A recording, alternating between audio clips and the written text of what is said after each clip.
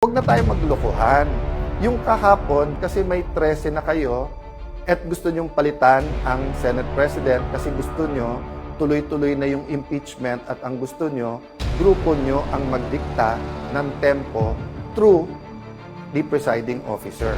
That's been very clear to us from the start. Diba? Nung February pa, nung ipepwesto natin si Senator Loren Legarda bilang Senate President, yun na sinabi, hindi sila papayag dahil impeachment ang importante. Pero number 2 lang pala yung impeachment. Ang number 1, yung cover-up dito po sa flood control at napakarami pang iba. Kaya, ang message ko kay Senator Lacson, simple lang. Gusto mo, tumahimik muna ako, meditate, pray, ikaw din. Pero, Senator Lacson, napakahaba ng iyong career.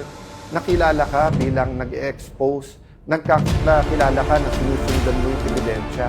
Of course, there have been many issues also regarding you, your family, pero yung businesses nyo. Pero, kinantabi ng Pilipino yon kasi magaling ka mag-investigate. Pero ngayon, bakit?